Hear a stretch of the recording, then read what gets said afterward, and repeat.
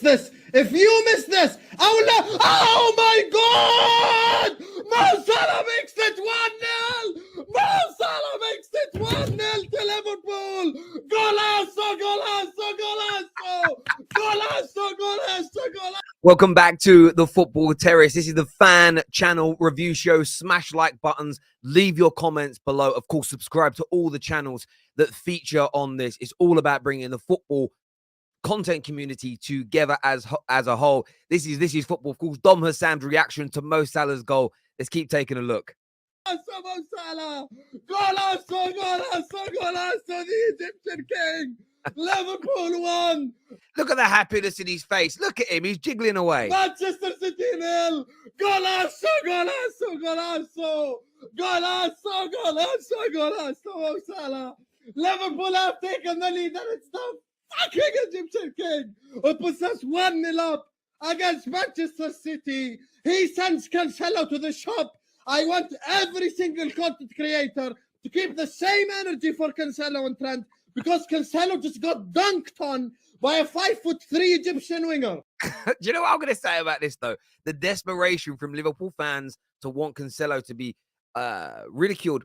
He got criticism, but did you notice Cancelo came out and took the blame for it? And equally, Liverpool fans have got to wake up and smell the coffee here. The reason Trent gets more, one, he's English, so there is a lot more attention on him because he's in discussions to do with the England squad, and here in the UK, that's obviously a big thing. Secondly, no one claimed that Cancelo had rejuvenated and invented a brand new role within the right-back position, and at 21 years of age, said that Trent was the greatest right-back in British football history. That's the reason why Trent gets cooked a little bit. And excuses are made for his mistakes. But you are right. He got absolutely spun. Fucking Cancelo again on Salah.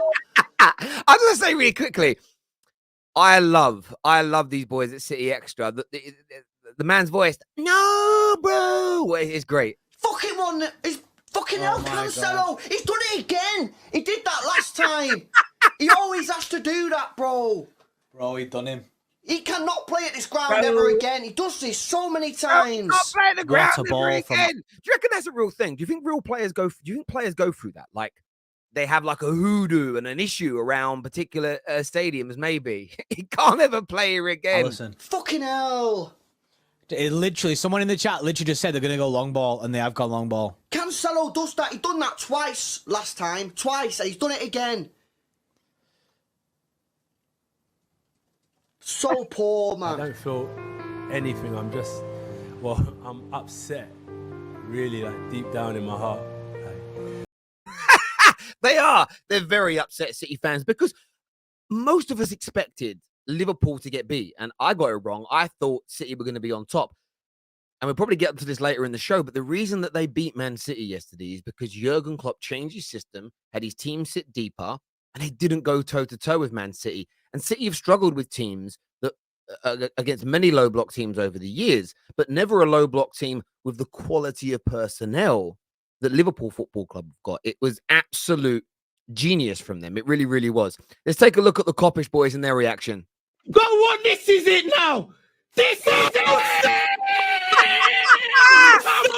on. He's redeemed himself. Come on. He's redeemed himself. You hear how loud they're shouting. Their microphones are breaking up. They're literally breaking up. Mo Salah! Mo Salah! Running down the wing! Referee's going to try and say it was a foul, Cal. Who said Edison's clearing distribution? Who said Edison's clearing distribution? We've got Escobar in goal. We've got Escobar in goal. Escobar. Bruv, watch. I bet they're going to try and say it was a foul. I bet they're going to try and say it was a foul on Cancelo. Watch, who said Cancelo don't make mistakes?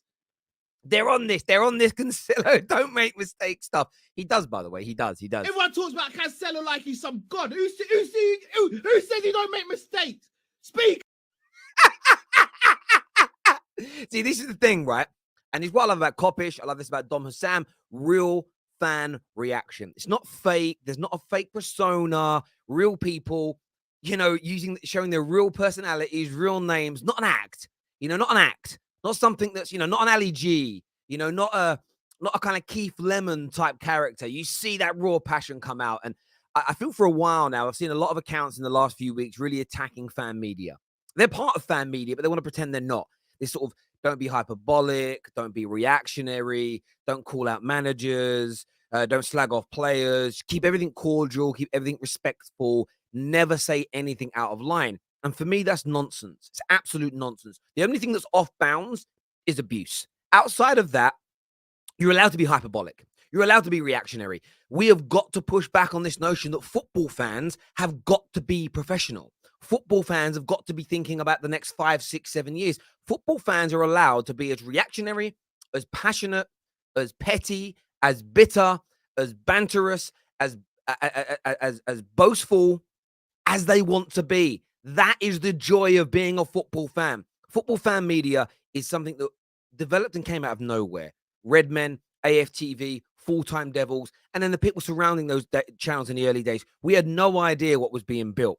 What I don't like about it in recent years is that everybody's trying to dumb it down, shrink it down, and take away genuine passion, emotion, and feeling. If you do that, the industry dies. And I'm telling you now, the creators that I see pushing that notion are the ones who have dead views, the ones who nobody cares about, the ones who can't ever get traction. They want the ones that are good to stop or be forced to stop so that they're all on a level playing field. Don't let it happen.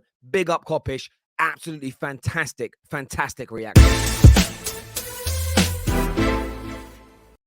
Miss this time. He scores. Mo Salah for Liverpool. He spun his man like a bottle top. He's made it 1-0. Cancelo, the best left back in the world, has been... You see that little dig there from Mark? The best left back in the world. I love it. Listen, rewind it. Listen to that again. Listen to that again. Listen to that again. Spun his man like a bottle top. He's made it 1-0. Cancelo, the best left back in the world, has been left back on the halfway line. It's 1-0 to Liverpool, and he's took the chance he could have took about 20 minutes ago. It's game on. The counter-attack by Liverpool at Anfield. Man City have dominated the possession. Liverpool have played on the counter. Pep has allowed that to happen, and Liverpool have taken a 1-0 lead here, and it makes for a very interesting 15 minutes. What I like about Mark, very quickly, have you guys ever seen Alan Partridge? This is great banter. It really is. Honestly, Alan Partridge is one of the greatest comedic figures. He's a character. Obviously, he's played by Steve Coogan, but just Goldbridge reminds me of him. And I love Alan Partridge. Every time I watch Goldbridge, I always chuckle. He's like a mixture of Alan Partridge and David Brent. Fantastic. And what he said, though, is true. I know he's obviously doing it sort of, oh, it's a goal, it's a goal. But there's something interesting he said about Pep. Pep allowed it to happen. Pep doesn't know how to change his style. Pep doesn't know how to adapt in game against teams. He plays one way and one way only. And we saw this in yesterday's game against Liverpool.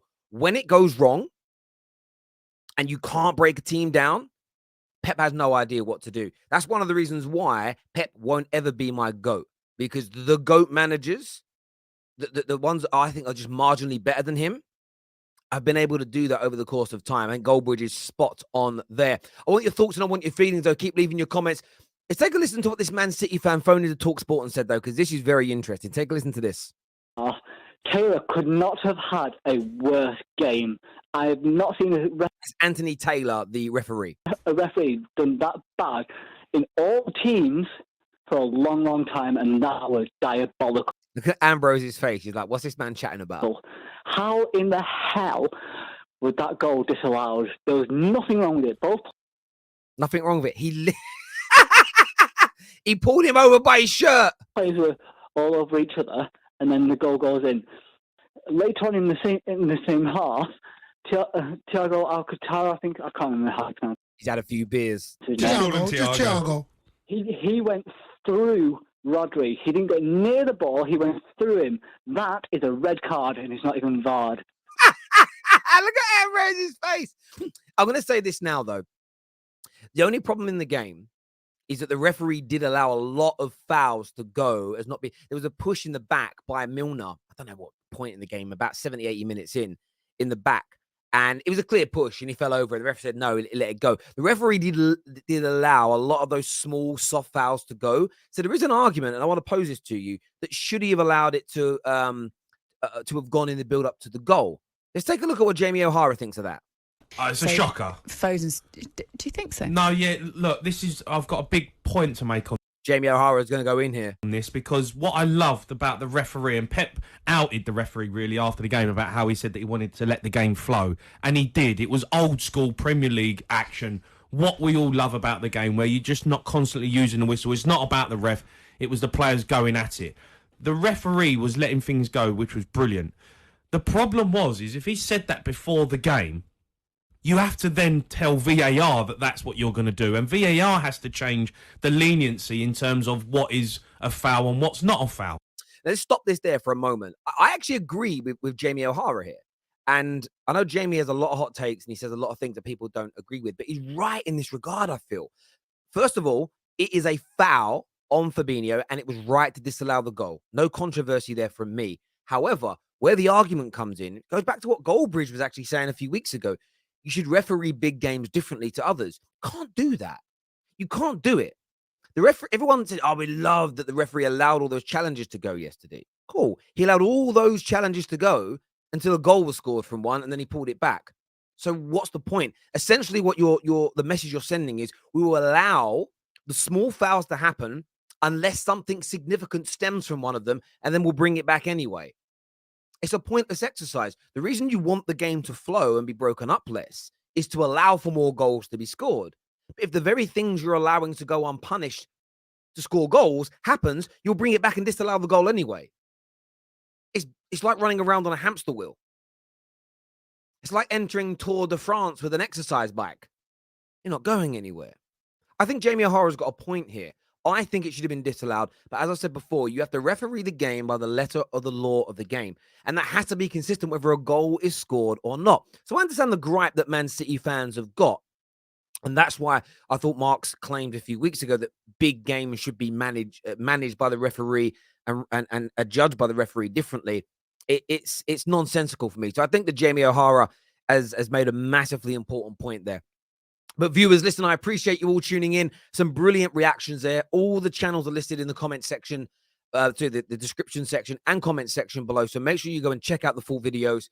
You make sure you subscribe to their YouTube channels as well. Very, very important that we support the community that we have built over the past decade.